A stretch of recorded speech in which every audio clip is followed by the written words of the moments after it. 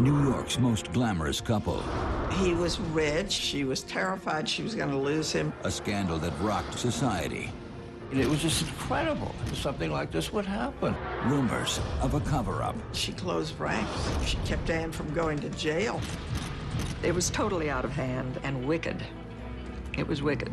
The bombshell that blew apart New York society. Tonight on Power, Privilege, and Justice.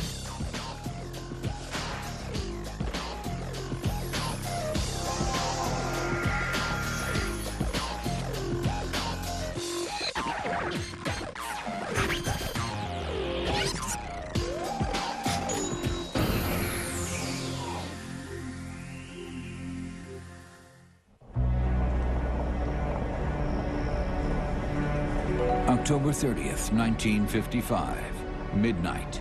New York socialites Anne and Billy Woodward returned to their Long Island mansion after a dinner party for the Duchess of Windsor. Anne and Billy are on edge. A prowler has been seen terrorizing area estates. They retire to their separate bedrooms, each armed with a shotgun, just in case the prowler decides to strike. He was really about. People had seen him running, you know, and all that sort of thing. He looked in windows. 2 hours later, shots ring out. Anne screams. She dials the operator, crying for the police. When I got there, detectives all over the property, and when I walked in, I ran into my detective, and he says, "This is a Lulu." And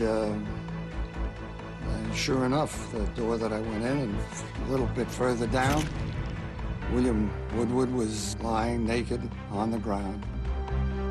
"I did it," Anne cries. She says she thought Billy was the prowler. I remember seeing blood on the body and on Mrs. Woodward. She was lying over the body and crying and weeping. Despite Anne's grief, detectives are already suspicious of her story. I saw him on the floor and was told that that was his bedroom, and her bedroom was across the hall, a narrow hall, and I thought it rather strange that they didn't sleep in the same room. It isn't just the separate bedrooms that raise eyebrows. There's a shotgun was in her room, there's a shotgun in his room, and there was a handgun in his room. Then there's the position of Billy's body. He'd fallen with his head turned away from Anne. What made him look in that direction? Had he heard something suspicious, like the prowler? Or was he shielding himself from her gun? Searching for clues, police find a stockpile of ammunition in the basement, but no evidence of an intruder, and no sign of forced entry. Over the next few weeks, the scandal is all over the papers. Every guest who attended that evening's party is questioned, including the Duchess of Windsor. And Anne Woodward becomes prey for the society vultures. It was a big story. She was so jealous and violent and bad-tempered and misbehaved in public, and Bill was a perfect gentleman and so forth. Billy Woodward's killing forces open the doors of New York's mansions and lays bare the lies of those inside. By the time the grand jury meets, the entire country wants to know, was it an accident or was Billy Woodward murdered? The Woodward story was so sensational and so shocking, it inspired me to write my novel, The Two Mrs. Grenvilles, 25 years later. Anne had quite a reputation, and Billy was from one of New York's finest families. The story begins years before and a world away. Anne Woodward was born Angeline Crowell in 1915 in Pittsburgh, Kansas. Her father, Jesse, was a struggling farmer. Her mother, Ethel, ran a taxi stand. The family was poor, but young Angie had rich ambitions. She always wanted to, you know, better herself. And she really worked hard at it. She had such a dream of what everything should be, what she should be. After graduating from high school, Angie worked in a junior league consignment shop. Or the first time she was up close to society ladies and society young women. And she was mesmerized by the way they dressed, by their accent, by the way they moved their hands. And she was determined to imitate them and live the kind of life they were living. To Angie, that meant living in Manhattan. In 1937, she moved to New York with $400 in her pocket and the drive to become a star. Her first step was changing her name to Ann Eden. She was constantly reinventing herself. She was constantly learning. She would go to classes about giving speeches. She would go to certainly acting classes. She took dancing classes. Ann had some luck as a radio actress and model, but to make ends meet, she danced in the late-night chorus line at the swank Monte Carlo nightclub. It was still in the days of the Stork Club in El Morocco, and, you know, people were cafe society. Among the Monte Carlo's regulars was William Woodward Sr., one of the wealthiest men in New York. He was president of Hanover National Bank and owned the premier thoroughbred horse farm in the country. He was a very astute and gifted businessman and banker in every sense of the word. The 65-year-old Woodward also had an eye for pretty girls. One night after the Monte Carlo's 3 a.m. show, Woodward invited Ann to his table where he'd been drinking with his shy 21-year-old son, Billy. They were what really passed for being social, and she was sort of a girl from Kansas who had clawed her way up to the chorus. But she was very pretty and very attractive. William Sr. thought so too. When his son Billy was out of earshot, the elder Woodward invited the chorus girl to see one of his prized colts run at Aqueduct Racetrack. Ann jumped at the offer. She was determined and ambitious, and she was going to do whatever it took to get to the top, to be married to a very rich man, and to be high society. Ann may have been a gold digger, but give the girl credit. In William Woodward Sr., she'd gone right to the top. Ann had her foot in the door of New York high society.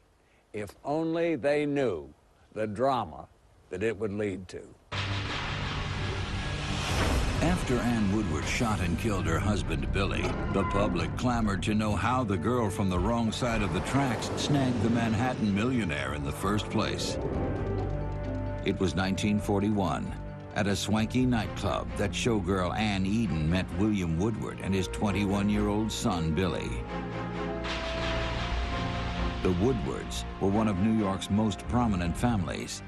They lived in a 6-story mansion and kept homes in Newport and Maryland. Billy's mother, Elsie, was one of New York's grandes dames, a real blue blood who lorded over society. I mean, she was one of those people who believed, I suppose, that your name should be mentioned in the paper 3 times: when you're born, when you're married, when you die. I remember sitting with her one day, and a lady, as she passed by the table, she said, "Oh, Elsie, I'm sure you'll be at the opening of the Metropolitan Opera next week." And Elsie looked at her and said, "Oh, I see. No, I'm not very good at watching the lower classes cavort." Billy's 4 older sisters were renowned socialites, but he was awkward when it came to dating girls of his class. At a certain point, William Woodward took a look at his son and saw him as bashful and shy and, you know, not really easy with women, and suggested that he ask out Miss Eden, which Billy did. But there was a lurking secret. William Sr. never mentioned to his son that he'd had his own dalliance with Ann, an omission he'd later regret. Billy and Ann had their first date in March 1942, and soon the 21-year-old heir to millions was intoxicated by the 26-year-old chorus girl. I don't remember him really dating a lot of people or being that enthusiastic about women, but he certainly was enthusiastic about Anne. He was absolutely crazy about her. But Elsie was not. She took an instant dislike to Billy's lower-class girlfriend.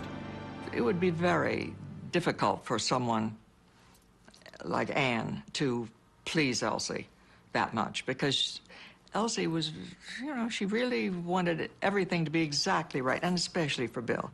But Mother May I wasn't Billy's game. There was nothing Elsie could do to keep him from Anne. I saw Billy and Ann at the Stork Club one night. As she got up to dance with Billy, she pulled up her strapless blue evening gown and walked to the dance floor like she owned the place. They looked like movie stars, glamorous, sexy. For Billy, there was no turning back. Anne had him hooked. In 1942, Billy enlisted in the Navy. Before shipping off to war, he proposed to Anne, but first he wanted to ask her father for her hand. She lied and said she was an orphan. Anne wasn't going to let her lower-class family get in the way. She and Billy set a March wedding date. And he calls his parents to tell them, and Elsie is furious. She wants her husband to go out and talk to William and talk him out of it, and he can't. He says things like, well, is she in the family way? We don't marry women like that. What we do is we, support them, we keep them. But Billy was adamant. Anne Eden and Billy Woodward were married in 1943 in Tacoma, Washington, where Billy was stationed. Only Billy's father attended. Elsie boycotted the nuptials. But the honeymoon was over before the ink was dry on their marriage license. Anne let it slip that she'd been out with Billy's father before she dated him. She swore their encounters were chaste, but the damage was done. Billy began lashing out at Anne, criticizing her every move. Over the next few months, simmering tension alternated with explosive fights. But Anne was determined to make the marriage work, and there was one surefire way to keep Billy in her grasp. She realized that he liked very much to have what they now call makeup sex. So when they would fight, they would have sex. And that was a way of her keeping him sexually attached to her, which she believed would keep him loving her.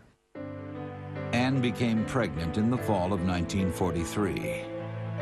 Soon after, Billy shipped out to the South Pacific. With Anne carrying the Woodward heir, her mother-in-law Elsie summoned her to New York to live in the family mansion.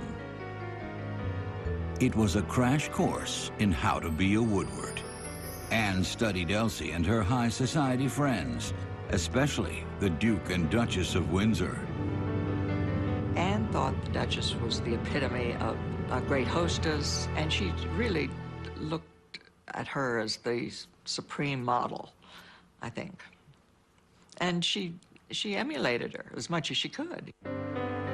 Anne gave birth to William III, nicknamed Woody, in 1944. By the time Billy returned from war the next year, he found Anne transformed into a Park Avenue socialite. But Billy wasn't happy with his new refined wife. He said, if that's what I wanted, I would have married the real thing. Anne was hurt and devastated. She would look at him across a room, and if he were looking at her, she'd be thinking, oh, I better sit up straight or something like that. If he weren't looking at her, if he were looking at another lady, then she was even more upset. So there was really a no-win situation sometimes. In public, Anne tried to maintain the appearance of being happily wed. But behind closed doors, Billy's rejection sent her into a downward spiral. The forecast was a stormy one. By 1946, Anne Woodward's journey from rags to riches had landed her in the center of New York's upper crust. As the wife of Billy Woodward, she was guaranteed a prime spot in the society columns. Bill Woodward came from a family with very good background, and he had married the prototypical chorus girl. It was an Americanized descent from aristocracy. But the Woodward marriage was no fairy tale. Billy had grown restless with his socially ambitious wife. and bored with their lifestyle. I think he was a little directionless, if there's such a word. He just had a lot of time to sit around and have a few drinks and smoke parliaments, you know, and in bars and meeting a lot of people, you know, mostly ladies. Billy had a wandering eye, and soon an Italian princess named Marina Torlonia clouded his vision. She chased Bill like mad, and he did like that, you know, as I think a lot of men do, and she really was after him. And he didn't resist too much. Anne suspected something was up and hired a private investigator to follow Billy. Anne flies into a rage when she learns from her detectives that Billy is having a pretty major affair with Marina Torlonia. She confronts him and yells at him and carries on. That was sort of not the way their social set operated. There was an awful lot of dancing, flirting, across the table, under the table, you know. That went on all the time, but she evidently didn't have any sense of humor about it. Because she was so insecure, she was frantic at any woman who looked at him or danced with him. She was just so afraid of losing him. It was sad. She did take a lot of pills because she was very high-strung. Anne began relying on her medicine cabinet to deal with the stress of Billy's affair. The more pills she popped, the more erratic she became, and the more desperate to keep her grip on Billy by any means. She really worked over him to keep him sexually glued to her. And even when he strayed, he would always come back. In 1947, Anne gave birth to their second son, Jimmy. Elsie decreed it time Billy and his family had their own home. Anne chose a 5-story townhouse on Manhattan's Upper East Side. Anne and Billy also bought this little country cottage here in Oyster Bay on the Gold Coast of Long Island. But what Anne didn't know was even though she could own the manor, she would never be to the manor born. Anne was very much the hostess in her own home, she thought, and she had these very elegant parties, and she dressed beautifully, and the food was perfect, and she had the right musicians playing. Anne hoped her hostessing skills would win Billy's approval. But at one party, her plans backfired when the butler ushered in an uninvited guest, Marina Torlonia. Anne unleashed her fury at Billy. Anne said things about her, like she said, "You're a wop whore," and so forth and so on to Billy when they were fighting. The fight lasted for days, until late one night, the shouting turned to blows. Billy hit Anne, she screamed, and a neighbor called the police. Anne didn't file charges, but Billy was already making his own plans. He told Anne he was leaving her for Marina. Within days, he'd moved out.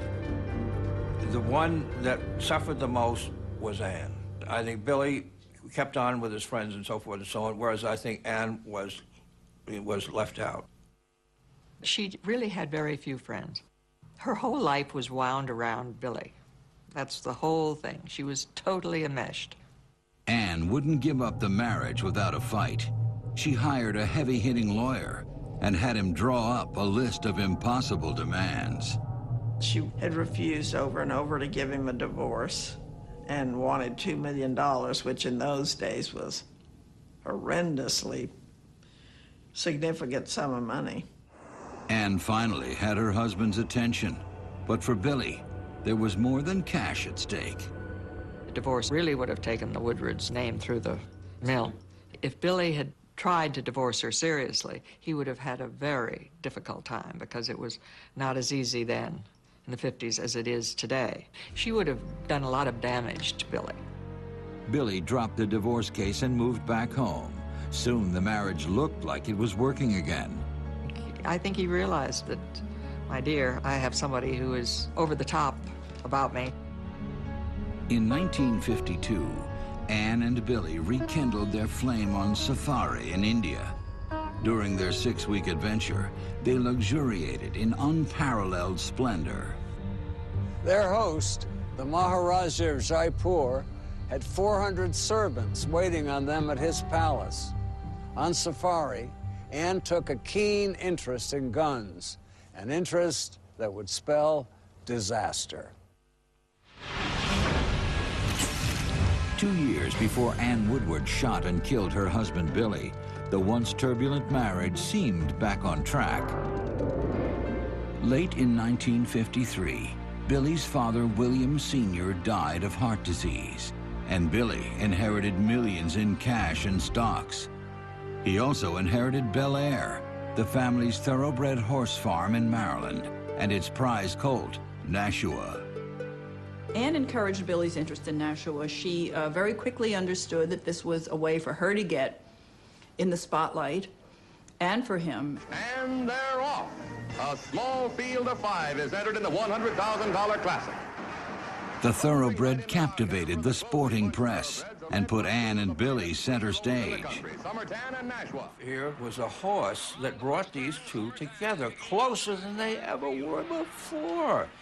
In that horse's forelegs and tail and head and so forth were his best hopes in many ways, her best hopes in many ways. Nashua swerves to the inside. It's Nashua, the Atlantic Coast high-stake winner. Nashua is one of the greatest names ever. To have owned Nashua would have been enough to have made you famous in all kinds of circles. All eyes on one of the greats, Nashua. Nashua racked up purse after purse. Nashua wins! By October 1955, he'd won over 16 races and $750,000 in prizes, more than any other thoroughbred that year. A $75,000 victory and on to the Kentucky Derby. Billy celebrated by purchasing a new toy, an innovative and exclusive airplane called the Helio, which specialized in short takeoffs and landings. Coincidentally, the plane was built in Pittsburgh, Kansas, Anne's hometown. Billy went to Pittsburgh to pick up the plane, and while there investigated Anne's background. What he discovered about her father shocked him. She had lied about her father. He was still alive, and she said he was dead. Called Anne and was very taunting about this, and she was very freaked. Billy accused Anne of marrying him under false pretenses, grounds for divorce according to his lawyers. On October 29th, Billy returned to Long Island, prepared to do battle with Anne. But when he got home, he faced a more urgent problem. Oyster Bay was buzzing about a prowler who'd been breaking into local estates, including his own. The Woodward's pool house had been burgled. Everyone was worried about it. People had seen him running, you know, and all that sort of thing. He looked in windows. They were all very, you know, a little nervous because everyone's house had acreage around it. One of our police officers, in fact, threw a few shots at him, but he was a guy who, he didn't care for anything. He went over a fence with shots after him. Billy became so obsessed with the prowler, he forgot about his fight with Anne. Now, all he wanted to do was catch the intruder, and Anne was thrilled to play along. They're whipping each other up about the prowler, and they're walking around and speaking in French because they think the prowler is right nearby and maybe he'll hear them. Nothing could take their minds off the lurking villain, not even a party that night for the Duchess of Windsor at a neighboring estate. Billy and Anne walk around the party speaking of the prowler. Anne and Bill were the two that were the most excited about it. Everyone knew about him. You know, certainly everybody at the party. 58 guests showed up at the dinner party for the Duchess that night, and they all got a taste of high drama. Billy's latest fling phoned him at the party. Anne overheard them and hurled a crystal goblet at his head. A little after midnight, Anne and Billy returned to their estate. Driving home, where there may be a prowler waiting, one feels that kind of thing, and Anne was feeling very definitely that she was being looked at. Each took a shotgun to their separate bedrooms. Anne placed hers by a chair next to her bed. In his room across the hall, Billy did the same. He also placed a handgun on a table near his bed. Around 2 a.m., Anne awoke with a start.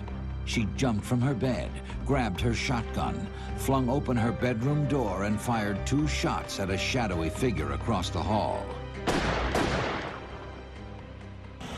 Investigators rushed to the estate. From Anne's phone call, they were sure the infamous prowler had been inside the playhouse.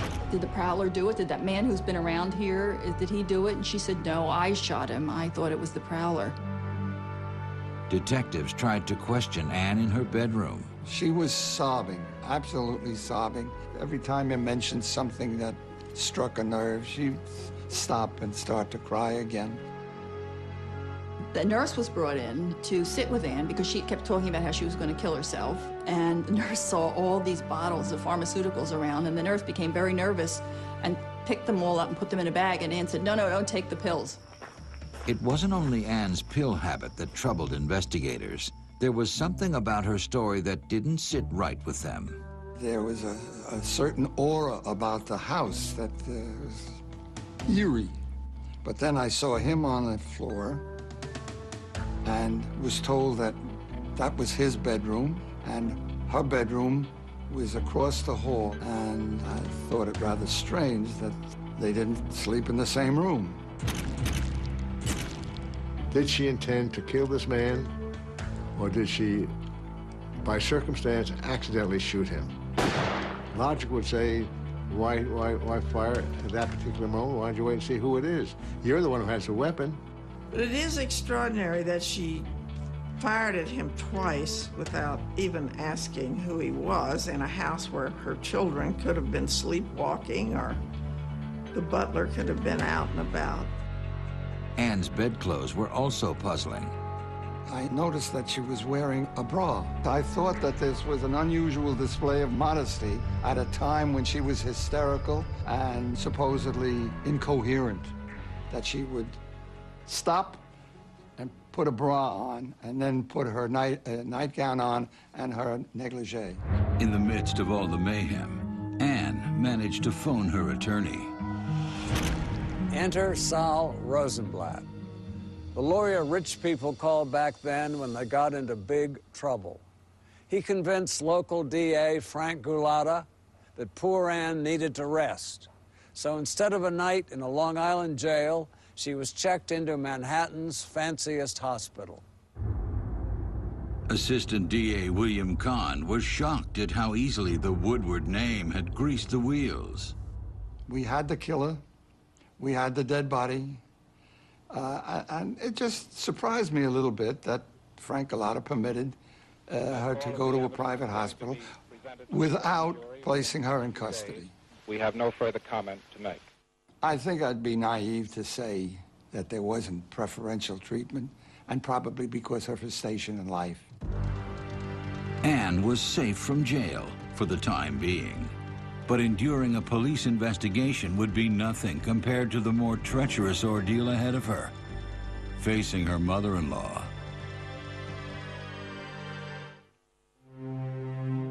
October 31st, 1955. Elsie Woodward awoke to the news that her daughter-in-law Anne had killed her son Billy. It confirmed for Elsie all of her bad feelings about Anne from the past. She's quite sure that Anne did it on purpose. She's quite sure of that. Mostly because Anne was from the wrong side of the tracks. To Elsie's horror, the press already had a hold of the story. Coast to coast, headlines called it the shooting of the century. Anne and Billy's contentious marriage was served up to a hungry public. While Anne was secluded in a Manhattan hospital, the country debated her guilt or innocence. Columnist Igor Cassini, a friend of Billy's, all but demanded Anne's indictment. He always comes back to her jealousy, her jealous temperament, her kind of gold-digging temperament. The press was harsh, but New York society ladies were even harsher. They never liked Anne to begin with. And when those ladies turned on you, you were done for. They had Anne for lunch. I mean that in a way that was not terribly nice. I mean, there were people who said better that she shot Billy than Nashua. You know, things like that. I mean, really shocking things. It was discussed at every party. It was, did she do it, and blah, blah, blah, and lots of gossip and details and stuff, and people having the inside word, and, you know, the butler told them such and such. Meanwhile, investigators grilled the Woodwards' friends and family about the couple. Billy's sister, Libby, chimed in about how dangerous Anne was with a shotgun. She brought up the fact that Ann Woodward was a terrible shot. And she says, when we hunted tigers, we were all afraid of her handling of a gun. And I remember Steve Pinnell, chief of detectives, asking her, oh, you hunted tigers? And I kid you not, her answer was, doesn't everybody? In the meantime, Nassau County Police continued hunting for the mysterious prowler. We had surmised that he was doing burglaries here, stealing cars. Then, 3 days after the shooting, police spotted a stolen car outside a Long Island diner. Inside, they saw jewelry, knives, and guns. When the driver returned, the cops pounced. The man was German immigrant Paul Worths. We told him that we had certain evidence to tie him in with burglaries. We did have prints. I really didn't know if they were his, but we had pretty well convinced him that we could tie him in because he started to cooperate with us. Worths admitted to breaking into the Woodward pool house, but that was all. He said he knew nothing about a shooting. But one hard-nosed detective didn't believe him. Frank Steiner, who was a German-speaking policeman, said to him, for Christ's sake, you know, there's a woman and 2 children involved. You should tell the truth. So Paul Worth then said, yes, I was there that night. Paul Worth described to us how he climbed this tree and he broke a limb off the tree. And he said he went in through an open door into the 2nd story, went inside, he was into this closet, and he says, I saw a safe there. And he says, oh, I wasn't interested in safe, but then he says, while I'm moving around, he says, I heard this shot. And he says, I dropped, got out. On November 2nd, 1955, 900 mourners said goodbye to Billy Woodward at St. James Episcopal Church in Manhattan. 20 black limousines parked in front of the church. Spectators filled the streets. Elsie didn't permit Anne to attend. She did allow Anne to contribute the flowers for the casket. Anne chose red and white carnations, the colors of Nashua's racing silks. Meanwhile, the press was breathing down the DA's neck. He called for a grand jury to convene. But with Elsie Woodward in their way, could they ever get at the truth? Like everyone else, I was dying to know what really happened here that night. But no one was talking. We'd all have to wait for the hearing and the biggest performance of Anne's life. On November 21st, 1955, 3 weeks after the shooting, Anne Woodward left Doctors Hospital for the first time. The national press greeted her with a storm of flashbulbs. You know, it was a field day with the news media. Everybody trying to get shots of her and trying to ask her questions. Anne's first stop was the Nassau County Courthouse on Long Island. Mrs. Woodward is completely broken up now. She fought her way through another gauntlet of photographers, then submitted to a 3-hour pre-grand jury interrogation by the DA. This evidently has been quite a session for Mrs. Woodward. She's just been escorted out, and this time we were unable to get even to the attorney. Afterwards, she was summoned to Elsie's mansion in Manhattan. The Woodward matriarch had her lawyers read Billy's will to her son's killer. Anne could keep the houses in New York and Oyster Bay. She would also receive a pension as Billy's widow, but Elsie wanted something in return. Elsie was a cool cucumber. The only thing that really concerned her was the Woodward family name. Elsie was determined to get the Woodward grandsons under her thumb. She did not want Anne to be tried as a murderess. And she believed that she was covering up a murder. Backed into a corner, Anne agreed to let her mother-in-law send her sons away to a fancy Swiss boarding school. Mrs. Woodward still maintained her dignity. She never ever said one word against Anne. She just closed her ranks, and her friends closed ranks, and it wasn't nice to talk about it and to speculate as to whether Anne killed Bill Woodward on purpose. On November 25th, the grand jury began its inquiry into the killing of Billy Woodward. Among the first to testify were the police officers who were on the scene the night of the shooting. They presented ballistics reports, crime scene photos, and the double-barreled shotgun Anne used to kill Billy. The grand jury hearing was an elegant affair. Many people who'd been guests at the dinner for the Duchess showed up. As they waited in the halls to testify, it was more like a cocktail party than a trial. Guests from the Duchess's party filed in one by one. Surprisingly, they offered rosy views of Anne and Billy's relationship. It was like, oh, they were a happy couple. Oh, they were a wonderful couple. Oh, this is a terrible accident. Tension built steadily throughout the long day in anticipation of Anne's testimony. Paul Worths told his latest version of breaking into the playhouse. The tree branch he'd allegedly snapped that night was exhibited as evidence. Finally, Anne was ushered in. Her appearance shocked everyone. She came into the grand jury looking like her own grandmother. She was all in black. We placed her in the chair, and she was sworn in, and the testimony began. Anne struggled through the questioning. She told the same story she'd given investigators. She heard a noise, thought it was the prowler, and pulled the trigger. She cried, she sobbed. As a matter of fact, we stopped for a while, and one of the grand jurors was a nurse, and brought her some water and asked if she needed help. No. She testified coherently. Over 2 hours later, Anne was finished. Her fate was in the jury's hands. They reached their verdict in less than half an hour. Billy Woodward was killed in an accidental shooting. Anne was not found guilty of anything except being lower class, not our kind.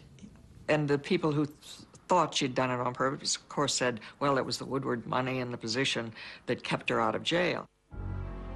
Anne returned to her townhouse in Manhattan. A month later, she went out for the first time. I was walking along Madison Avenue, window shopping, and she was coming toward me. I mean, I saw someone dressed in total black, and I looked at her and, of course, knew her, and I said, darling Anne, how are you? And she said, I will never recover, ever, ever, ever. Anne went into seclusion and was rarely seen in public until a few years later when Elsie reached out and invited her to a party. Elsie was hosting the April in Paris ball at the Waldorf Astoria. When Anne approached the Duchess of Windsor, her former idol looked right through her. It was the snub of a lifetime, and Anne was finished. Those ladies turned into piranhas. They really were after her terribly. They were just feeling that she had blown apart a whole family. Anne remained fodder for gossip for nearly 20 years. In 1975, Truman Capote penned a short story about a former prostitute who murders her husband, a thinly veiled dig at Anne. People just feel, oh, well, that was pretty mean what he did to Anne Woodward, but she probably deserved it because she murdered her husband. Anne was despondent when she heard that Capote's story was going to be published in Esquire magazine. On the evening of October 9th, 1975, Anne dismissed her servants and retired to her bedroom. She got herself all dressed up in her best finery, I suppose, and put on her makeup and put her don't forget little tablet, which she wrote notes to herself about her various luncheon engagements and so on, wrote Ann Woodward, and then took a cyanide pill. She was discovered the next morning by her maid. I can't say I was surprised. I just knew she was so woefully unhappy for so long. Ann's sons, Woody and Jimmy, seemed cursed by their parents' fate. 11 months after Ann's suicide, 29-year-old Jimmy jumped to his death from a hotel window on Central Park South. 23 years later, Woody reprised his brother's suicide and jumped from a window, ending his own life. Billy, Ann, and their 2 boys had all met tragic ends.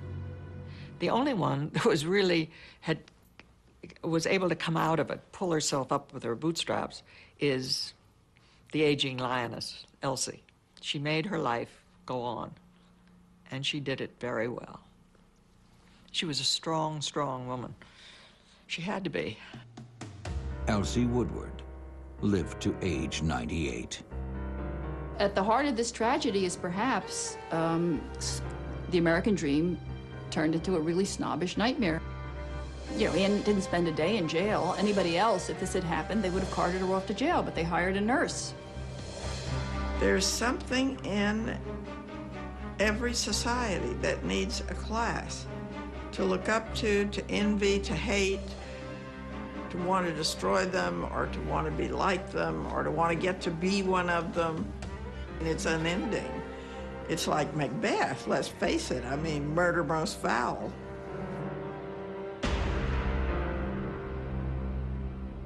The Woodward murder had allowed everyone to peek inside the world of the very rich.